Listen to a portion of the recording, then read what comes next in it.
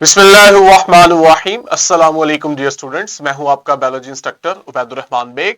बच्चों, आज हम सेल साइकिल के चैप्टर में जो एसएलओ पढ़ रहे हैं, एसएलओ की डिमांड है हम आउटलाइन करें significance of mitosis and meiosis. अब जरा आप एसएलओ पे गौर करो।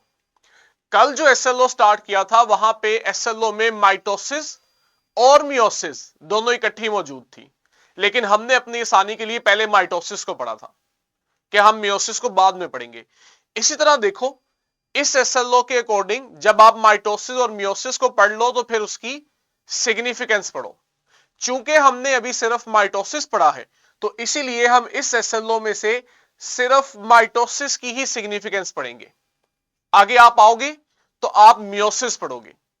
जब आप मियोसिस पढ़ लोगे, हम दोबारा इस एसएलओ पे आएंगे, तब हम मियोसिस की सिग्निफिकेंस पढ़ेंगे। तो हमने पिछले एसएलओ को भी और इस एसएलओ को भी अपनी आसानी के लिए दो हाफ्स में डिवाइड कर लिया है। माइटोसिस पढ़ चुके हैं, अब हम माइटोसिस की सिग्निफिकेंस पढ़ने जा रहे हैं। इंपॉर्टेंट है।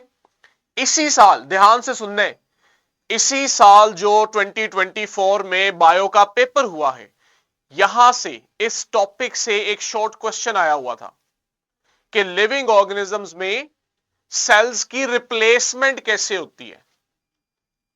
ठीक है, how the replacement occurs in living organism, कुछ इस तरह की स्टेटमेंट थी। तो टॉपिक इंपॉर्टेंट है, कंसेप्ट होगा, आप टॉपिक के आंसर खुद ही दे दोगे। अब ये सारी बातें जो फर्स्ट स्लाइड पे हैं कि ये माइटोसिस की क्या अहमियत है, ये मैं आपको वन बाय वन बताऊंगा कि कैसे ग्रोथ करवा रही है, रिप्रोडक्शन करवा रही है, फिक्स कर रही है डैमेज पार्ट्स, जिसका मतलब है कि इंजरी को रिकवर कर रही है और नए सेल बना के दे रही है मल्टी सेलुलर ऑर्गेनिज्म को। पहली हमारी सिग्निफिकेंस है mitosis and development and growth, यानी कि डेवलपमेंट और ग्रोथ का माइटोसिस से क्या ताल्लुक है। ये हमारी पहली हेडिंग है। अब हमें पता है कि हमारे पास ह्यूमन की या एनिमल्स की डेवलपमेंट जब स्टार्ट होती है तो शुरू में एक सेल होते हैं। वो जो एक सेल है ये हमारे पास जाइगोट है, लेकिन हम देखते हैं कि ये जाइगोट डेवलप करके एक कंप्लीट ह्यूमन बेबी बनाता है। और वो जो ह्यूमन बेबी है वो आपके पास साइज में जब ग्रो करता है तो वो एक एडल्ट ऑर्गेनिज्म बना देता है, एक मैच्योर पर्सन बनाता है। ठीक है, ये जो जाइगोट से मल्टी सेलुलर बेबी बना जिसके अंदर बहुत सारे सेल्स हैं, और फिर वो बेबी ग्रो किया है एक एडल्ट में, मैच्योर ह्यूमन के अंदर। इस प्रोसेस के दौरान जो बुनियादी अमल हुआ है बच्चों, वो माइटोसिस है कि जब एक सेल डिवाइड करता है तो उस दौरान उसमें माइटोसिस हो रही होती है।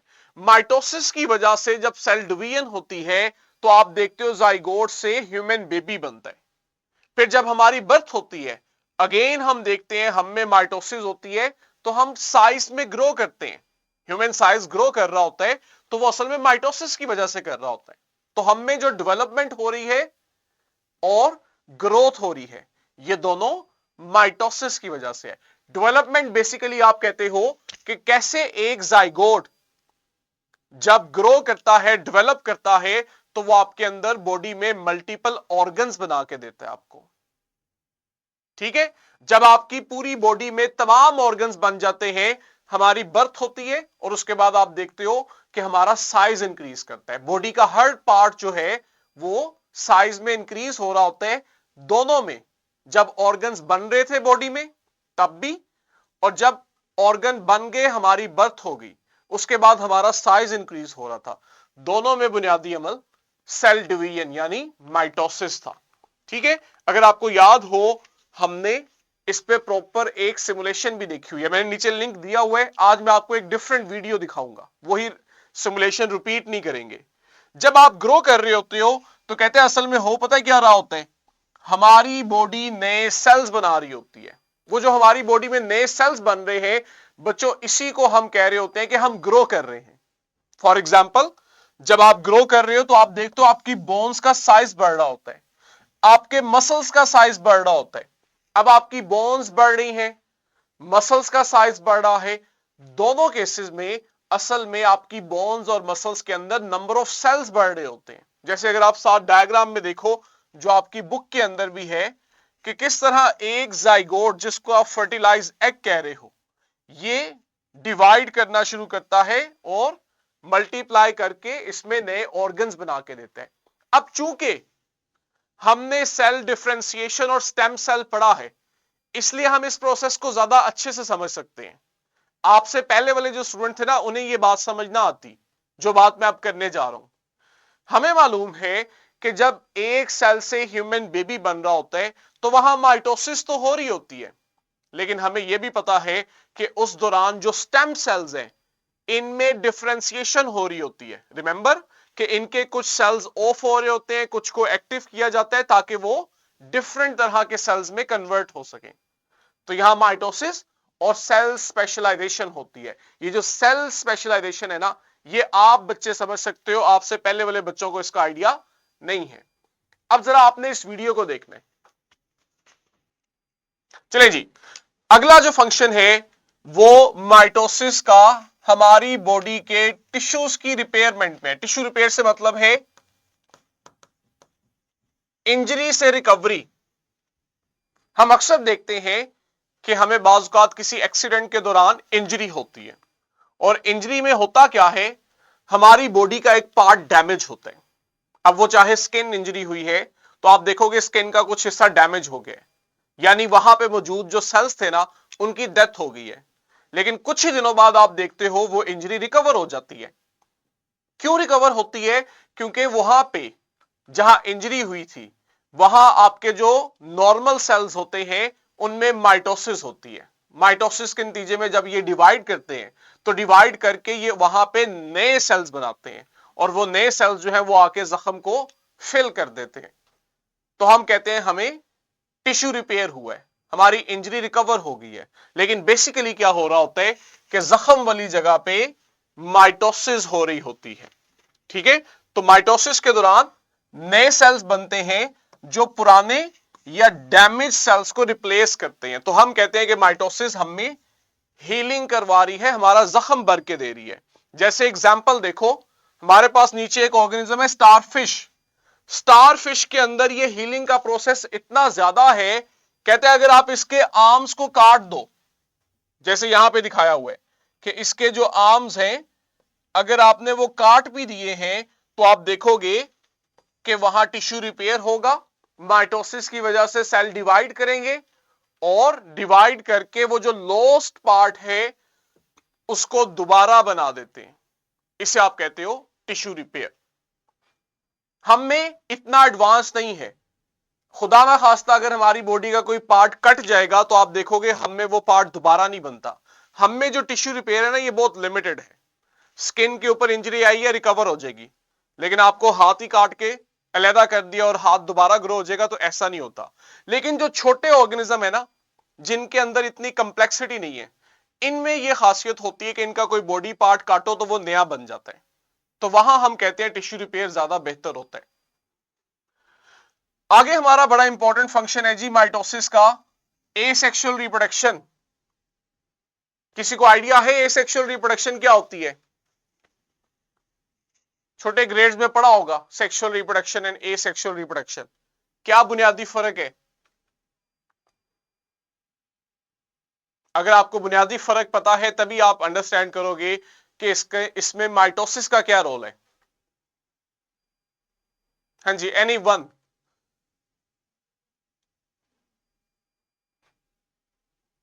सेक्सुअल रिप्रोडक्शन हमने कहा था वो प्रोसेस है जहां दो पेरेंट्स इन्वॉल्व होते हैं, ठीक है, और दोनों पेरेंट्स से एक एक सेल आते हैं, यानी गैमीट्स आते हैं। वो गैमीट्स फ्यूज होके जाइगोट बनाते हैं। जो एसेक्सुअल रिप्रोडक्शन होती है ना इसमें हमारे पास एक ही पेरेंट इन्वॉल्व होता है, यानी एक ही पेरेंट जो है उससे नया ऑफस्प्रिंग बनता है। ठीक हो गया?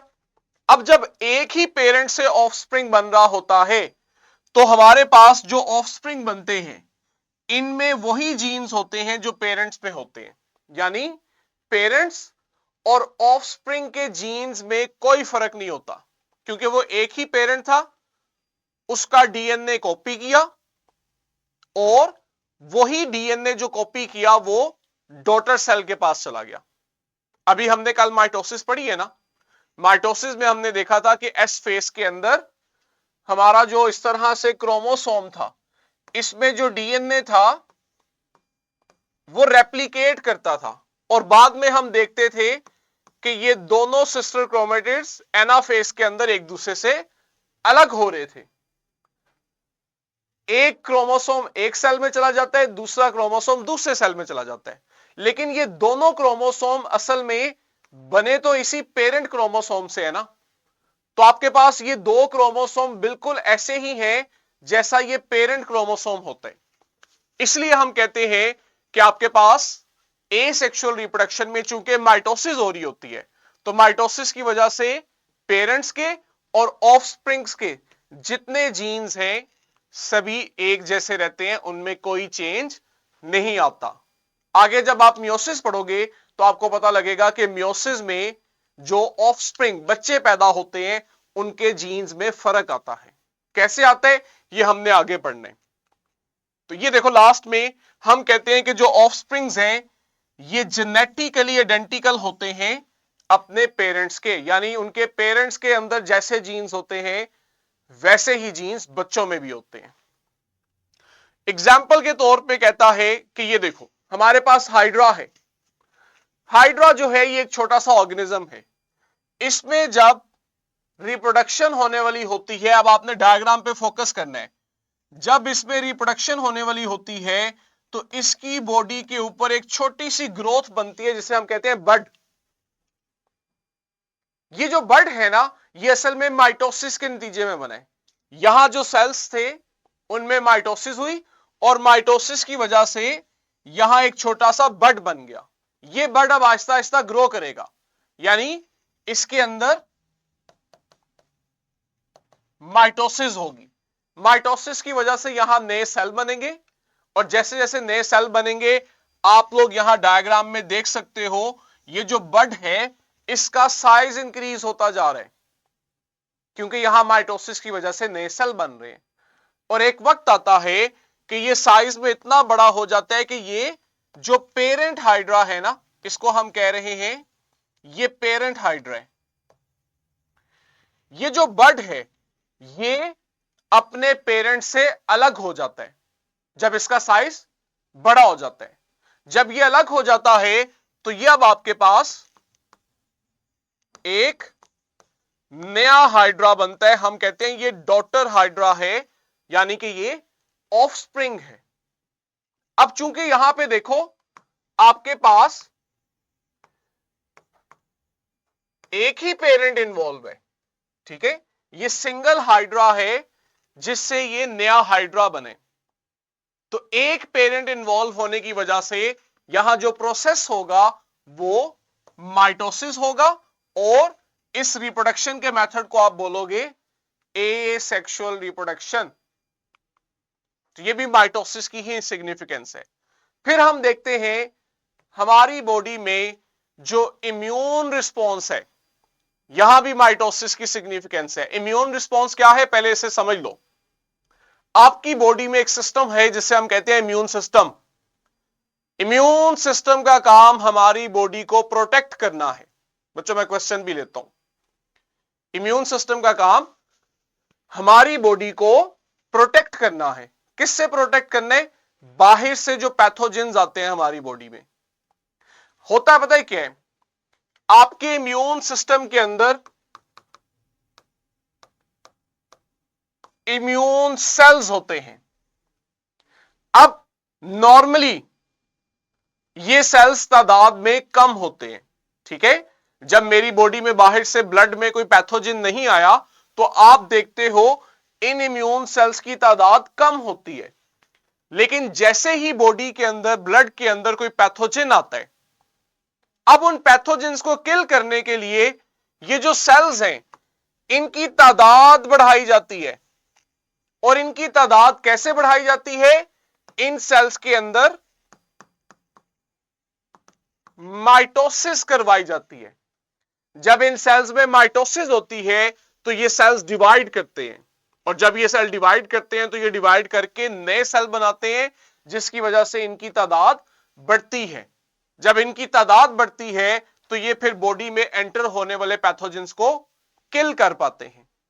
तो इस तरह से हम कहते हैं माइटोसिस इम्यून रिस्पांस में भी मदद करती है। हमारे पास यहां एग्जांपल है टी सेल्स की। टी सेल्स जो हैं ये आपके इम्यून सेल्स हैं, लिख लो। टी सेल्स जो हैं ये हमारे इम्यून सेल्स हैं जो हम में इम्यूनिटी करवाते हैं। इनका काम पता है क्या होता है? इनका काम होता है कि जो इन्फेक्टेड सेल्स है ना, जिनके ऊपर बैक्टीरिया ने या वायरस ने अटैक किया हुआ है। इन्फेक्टेड सेल से मतलब है आपकी बॉडी के वो सेल्स जिन पे बैक्टीरिया और वायरस ने अटैक किया हुआ है। ये टी सेल्स इन इन्फेक्टेड सेल्स को ढूंढते हैं और इन्हें किल करते हैं, इन्हें डिस्ट्रॉय करते हैं, ताकि इनकी इन्फेक्टेड सेल्स की तादाद को कम किया जाए। जब इन्फेक्टेड सेल्स की तादाद कम होगी तो इनमें मौजूद बैक्टीरिया और वायरसेस जो हैं इनकी तादाद भी कम होगी। जब वायरस और बैक्टीरिया की तादाद कम होगी तो हम इनसे बचे रहेंगे। लेकिन टी सेल्स इन्फेक्टेड सेल्स को तभी किल कर पाते हैं जब इनकी तादाद बढ़ती है। और इनकी तादाद कैसे बढ़ती है? इनकी तादाद बढ़ती है माइटोसिस की वजह से। माइटोसिस होती है तो ये अपनी तादाद बढ़ाते हैं, इनकी तादाद बढ़ती है तभी इनके लिए ये पॉसिबल होता है कि ये बॉडी में मौजूद इन्फेक्टेड सेल्स को किल कर सके। लास्ट पे बड़ा इंपॉर्टेंट कंसेप्ट है कैंसर। कैंसर जो है ये माइटोसिस से रिलेट करता है, लेकिन जरा ये देखो, कहता है ये मिस स्टेप है, यानी ये माइटोसिस की सिग्निफिकेंस को नहीं शो कर रहा, ये ऑपोजिट है।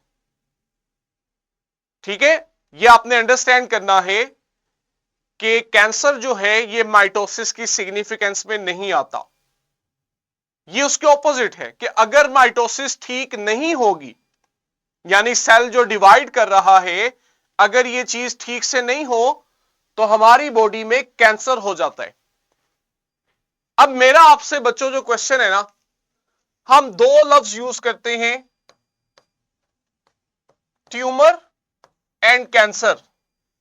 कोई बता सकता है कि ट्यूमर और कैंसर क्या है? क्या दोनों एक ही चीज है या इनमें फर्क होता है? आपके लिए ट्यूमर और कैंसर के लफ्ज का डिफरेंस जो है ये बड़ा इंपॉर्टेंट है। जाहिका यूसुफ फ्रॉम फरहान स्कूल। जी बच्चे। सर कैंसर और ट्यूमर में हमारे कैंसर में हमारी किसी बॉडी का कोई एक पार्ट डैमेज हो जाता है, जैसे स्किन कैंसर, स्टमक कैंसर और माउथ कैंसर। और ट्यूमर में हमारे ब्रेन का कोई एक पार्ट, जो अक्सर हमने मूवीज या कोई भी किसी का सुनता है कि इसको ब्रेन ट्यूमर हुआ, उसकी याद सर्जरी है, तो वो ट्यूमर वो होता है। और कैंसर हमारी किसी भी बॉडी पार्ट का डैमेज हो जाता। तो ब्रेन बॉडी पार्ट पे नहीं आता? जब आप कह रहे हो कि कैंसर में बॉडी पार्ट डैमेज होता है तो ब्रेन भी तो बॉडी का पार्ट है, तो वहां भी ब्रेन कैंसर क्यों नहीं कह देते, ट्यूमर क्यों कहते हैं? चलो गुड अटेम्प्ट, लेकिन आंसर ठीक नहीं था। किसी और के जहन में एक चीज डिफाइन कर दो, दो में फर्क नहीं कर सकते ना करो, कैंसर को बता दो कि क्या समझ आती है कि कैंसर क्या है। जब अपनी कम्युनिटी में किसी के बारे में सुनते हो इसको कैंसर या ट्यूमर हो गया तो क्या समझ आती है? राय राशिद कह रहे हैं जी ये सेम है। नहीं बच्चे, ऐसा नहीं है, ये सेम नहीं है। Little stars model school. जी बच्चों। अस्सलाम वालेकुम सर जी। वालेकुम अस्सलाम। सर जी जो कैंसर है इसमें हमारे सेल्स जो माइटोसिस है ना, ये मतलब डिफेक्टिव सेल्स बहुत ज्यादा हो जाते हैं। लेकिन जो होता है ना ट्यूमर, इसमें क्लॉट्स बनना शुरू हो जाते हैं बहुत ज्यादा हमारी बॉडी में। नहीं जी, ट्यूमर गलत है। जमा हुआ खून। कैंसर का दोबारा बताओ, कौन से सेल ज्यादा हो जाते हैं? Infected cells. नहीं, ऐसे नहीं है। सोचो अभी और। जी जायका दोबारा हैंड रेस किया, क्या कहना चाह रही हो? और किसी को आइडिया नहीं है? चलो अब मैं आपको डिफरेंस बताने लगा हूं, ध्यान से, आसान अल्फाज में, चाहे उर्दू में आप लोगों ने इसको अपने पास लिख लेने, क्योंकि आप ये लफ्ज बहुत सुनोगे। असल में ना, पहले तो समझो हो क्या रहा है। हम डायग्राम देखते हैं। देखो, ये एक नॉर्मल हेल्दी सेल है हमारा, हमारी बॉडी का एक नॉर्मल सेल है। ये जो सेल है इसमें होती है माइटोसिस, और ये डिवाइड करता है तो हमारी बॉडी के अंदर एक हेल्दी टिश्यू बनाता है। अब ये जो हेल्दी टिश्यू है, आप इसे देखो तो आपको रियलाइज होगा कि ये एक प्रॉपर पैटर्न के अंदर डेवलप हुआ है। प्रॉपर पैटर्न में ये टिश्यू इसलिए डेवलप हुआ है कि इसमें इतने ही सेल्स हैं जितने सेल्स बॉडी को चाहिए। ये बात समझ रहे हो कि सेल डिवीजन में क्या होता है?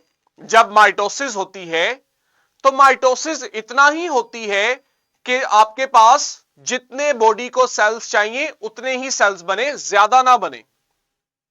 ठीक है ना? माइटोसिस इसलिए हो रही है कि नए सेल्स बनने चाहिए, लेकिन यह भी तो नहीं है ना कि नए सेल्स जो हैं वो बेतहाशा बनते जाएं, हमें उसकी जरूरत भी नहीं है और वो बहुत सारे बनते जा रहे हैं। जब माइटोसिस कंट्रोल्ड होती है, अब लफ्जों पे आपने ध्यान देना है, जब माइटोसिस कंट्रोल होती है यानी उतने ही नए सेल्स बनते हैं जितना हमारी बॉडी को चाहिए, तो आप कहते हो माइटोसिस हो रही है। लेकिन अगर सेल की डिवीजन अनकंट्रोल हो जाए, मेरे लफ्जों पे गौर किया, अगर सेल डिवीजन अनकंट्रोल हो जाए यानी आपको इतने नए सेल्स नहीं चाहिए लेकिन सेल डिवाइड करके नए सेल्स बनाते जा रहे हैं, ये जो अनकंट्रोल्ड सेल डिवीजन है बच्चों, इसको आप कहते हो कैंसर। बात समझ आई कि कैंसर के दौरान भी क्या हो रहा है? सेल की डिवीजन हो रही है, लेकिन ये जो सेल की डिवीजन हो रही है ये अनकंट्रोल है। हमें जितना सेल्स चाहिए उससे ज्यादा सेल्स बन रहे हैं। ऐसा क्यों होता है? क्योंकि हमारे जो सेल्स के पास जीन्स हैं, इन जीन्स में चेंजेस आ जाती हैं। चेंजेस आने की वजह से सेल गैर जरूरी तौर पे डिवाइड करता है। जब सेल गैर जरूरी तौर पे डिवाइड करता है तो जरा ये देखो, बजाय टिश्यू बनने के ना हमारे पास एक एबनॉर्मल स्ट्रक्चर बनता है। ये जो एबनॉर्मल स्ट्रक्चर होता है जिसमें आप देख सकते हो सेल रैंडमली पड़े हुए हैं, इसको बच्चे आप कहते हो ट्यूमर। ट्यूमर के दोनों स्पेलिंग आपको मिलेंगे, TUMORB और TUMOURB। मेरी बात समझ आई है? अगर माइटोसिस बिला वजह हो, गैर जरूरी तौर पे सेल डिवाइड करे, तो तब आप देखते हो कि आपके पास जो कलेक्शन ऑफ सेल होती है इसे कहते हो ट्यूमर। ये एक प्रॉपर टिश्यू नहीं होता। अब आपने गौर से सुनना है बच्चों, मेरी बात ध्यान से सुननी है। ये जो ट्यूमर है ना, ये दो तरह का हो सकता है। एक तो टाइप ये है कि ये ट्यूमर जहां पे हुआ है ये वहीं पे रहेगा, बॉडी के दूसरे हिस्सों में नहीं फैलेगा। मेरी बात समझ रहे हो? एक किस्म ये है कि ये जो ट्यूमर है ये बॉडी में फैलेगा नहीं। दूसरी टाइप ये है कि ये ट्यूमर यहां से बॉडी के दूसरे हिस्सों में भी फैल जाएगा। बात समझ आई कि अगर ट्यूमर जहां पे हो रहा है यहां से बॉडी के दूसरे हिस्सों में भी फैले, अब बच्चों आपने इसको नाम देना है कैंसर का। तो कैंसर में क्या होता है? गैर जरूरी तौर पे माइटोसिस होती है, सेल डिवीजन होती है, यानी जरूरत से ज्यादा सेल डिवीजन होती है। जब जरूरत से ज्यादा सेल डिवीजन होती है तो आपके पास एबनॉर्मल सेल्स बनते हैं। अगर ये एबनॉर्मल सेल्स जिन्हें आप ट्यूमर कह रहे हो, ये एक जगह से फैल के बॉडी की दूसरी जगह में जाना शुरू कर दें, आप इसे कैंसर कहते हो। अक्सर सुना नहीं है हम अक्सर पेशेंट्स को कहते हैं कि इसकी बॉडी में कैंसर फैल रहा है। फैल रहा से यही मतलब है कि वो जो ट्यूमर है वो एक हिस्से में महदूद नहीं है, बल्कि वो वहां से मूव करके बॉडी के दूसरे हिस्से में जा रहे हैं। अब बच्चों आप इसको कहते हो ये कैंसर है। तो कैंसर माइटोसिस की सिग्निफिकेंस नहीं है, बल्कि ये उसके ऑपोजिट है कि अगर माइटोसिस ठीक से नहीं होगी, गैर जरूरी तौर पे होगी, तो इसका नुकसान भी है। अगर इसका फायदा है ना कि ये हमें ग्रोथ करवाती है, टिश्यू रिपेयर करवाती है, एसेक्सुअल रिप्रोडक्शन करवाती है, हमारे इम्यून रिस्पॉन्स को अच्छा करती है, तो इसका नुकसान भी है। अगर ये गलत होगी तो ये हमें कैंसर भी कॉज करवाएगी। हमारे पास स्किन कैंसर की एक सिमुलेशन है, चलो आओ उसको देखते हैं और समझते हैं। स्किन कैंसर में क्या होता है, आप लोगों ने अक्सर नोट किया होगा, अगर आप धूप में काम करते हो या आप मजदूरों को देखो जो बेचारे धूप में काम करते हैं, आप देखते हो उनकी स्किन डार्क हो जाती है। इसे कहते हैं स्किन टैनिंग। स्किन डार्क इसलिए होती है क्योंकि स्किन के अंदर ना, यहां पे अब आपने देखना है, ये सेल्स होते हैं, इन्हें आप कहते हो मेलानोसाइट्स। ये जो डार्क सेल नजर आ रहे हैं, जो चमक रहे हैं, जब हमारी स्किन पे सनलाइट आके गिरती है तो ये देखो इनमें ब्लैक पिगमेंट्स बनते हैं। ठीक है, जब हम सनलाइट का एक्सपोजर करते हैं तो हमारी स्किन के अंदर ये ब्लैक पिगमेंट्स बनते हैं, जिसकी वजह से हमारी स्किन डार्क होना शुरू हो जाती है। अब ये नॉर्मल प्रोसेस जो है, ये हेल्दी प्रोसेस है। ये जो डार्क पिगमेंट्स बनते हैं, ये हमें धूप के नुकसान से बचाते हैं, सनलाइट के हार्मफुल इफेक्ट से बचाते हैं। लेकिन आप लोगों ने अक्सर नोट किए कि अक्सर लोग जो है उनकी स्किन के ऊपर इस तरह से ब्लैक डॉट्स होते हैं, जिसे आप उर्दू में तिल भी कहते हो। ये असल में मोल होते हैं, मोका भी कहते हैं। ये जो आपकी स्किन के ऊपर ब्लैक डॉट्स होते हैं, ये असल में मोल हैं। यहां पे पता है क्या हुआ है, यहां पे स्किन कैंसर हुआ होता है, लेकिन चूंकि ये स्किन कैंसर फैला नहीं होता तो हमें अपनी स्किन के ऊपर एक ही काला धब्बा नजर आता है। ये देखो, सनलाइट क्या करती है कि इसमें जो यूवी रेडिएशन होती है, अल्ट्रावायलेट रेडिएशन, ये आपके स्किन सेल्स के डीएनए को डैमेज करती है। तो सनलाइट से यूवी रेडिएशन जो है ये स्किन सेल्स के डीएनए को डैमेज करते हैं। तो ये देखो, अब इनकी तादाद गैर जरूरी तौर पे बढ़ गई है। आप लोगों ने ये चीज नोटिस की, पहले ये उभार नहीं था, पहले यहां पे इस तरह नॉर्मल सेल्स थे, लेकिन जब जैसे ही सनलाइट ने यहां डीएनए को डैमेज किया तो आपने देखा यहां पे माइटोसिस बहुत ज्यादा हुई, यानी सेल डिवीजन बहुत ज्यादा हुई, जिसकी वजह से इनकी तादाद इंक्रीज हो गई। ये देखो, एक सेल है, देख रहे हो, लेकिन माइटोसिस ज्यादा होने की वजह से यहां कैंसर हुआ और ये ट्यूमर हुआ बल्कि, और इसकी तादाद देखो कितनी ज्यादा इंक्रीज होगी। इससे बचने का तरीका हमें कह रहा है कि ये है, आप अपनी स्किन के ऊपर लोशन लगाया करो ताकि स्किन जो है वो यूवी रेडिएशन को नीचे ना जाने दे। अब होता यहां पे क्या है कि जब डीएनए डैमेज होता है तो इससे सेल डिवीजन ज्यादा हो जाती है। सेल डिवीजन ज्यादा होने की वजह से आपकी स्किन के ऊपर ये ट्यूमर बनता है। अभी ये ट्यूमर है, लेकिन अगर ये स्किन से फैलना शुरू कर दे तो आप इसे क्या नाम देते हो, स्किन कैंसर। तो आई होप आपको कैंसर और ट्यूमर में फर्क जो है वो मालूम हो गया है। तो यही हमारा आज का एसएलओ था, जिसमें हमने सिग्निफिकेंस ऑफ माइटोसिस को अंडरस्टैंड किया। जहां हमने सिग्निफिकेंस के अंदर पॉजिटिव बातें की, वहीं हमने एंड पे इसका एक साइड इफेक्ट भी देखा कि अगर माइटोसिस ठीक नहीं होगी तो कैंसर भी हो सकता है, और अगर माइटोसिस ठीक है तो हम में डेवलपमेंट होती है, ग्रोथ होती है, हमारा इम्यून रिस्पॉन्स बेहतर होता है। कुछ ऑर्गेनिज्म ऐसे हैं जिनमें माइटोसिस की वजह से एसेक्सुअल रिप्रोडक्शन होती है। तो हमने अपने एसएलओ को कंप्लीटली एड्रेस किया है। आज के लिए इतना ही था। किसी के जहन में जो मैंने पढ़ाया है उससे रिलेटेड क्वेश्चन है तो बच्चों यू आर वेलकम। अदरवाइज हम अपना लेक्चर कंक्लूड करते हैं। कल से आप लोगों को एक वीक की आई थिंक सो छुट्टियां हैं, आपको फिजिक्स के सर ने बता दिया होगा। चले जी, 20 मिनट की ब्रेक है, फिर आपका इंग्लिश का लेक्चर है। जी उमर, क्या कहना चाह रहे हो? उमर अब्दुल्ला, रिकॉर्डिंग स्टॉप है, कर दो ना।